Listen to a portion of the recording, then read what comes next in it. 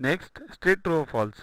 Rational numbers are always closed under division means, so that is true. Closed under division means what? What do you mean by closed? Closed means when you divide any quantity by similar other quantity, then the answer you get is of the same type of number. Means if I divide a rational number by another rational number, the answer I should get is a rational number. So that's true.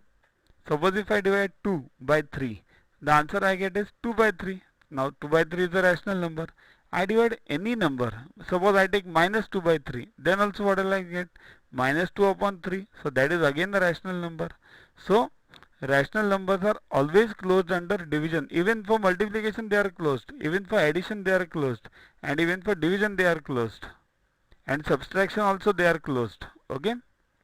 Division by 0 is not defined. That is true. Why? Because that is called as infinity. And in some terms also you can call this like this. It has no meaning, as there is no number which when multiplied by 0 gives a, and such that a not equal to 0, and so division by 0 is undefined.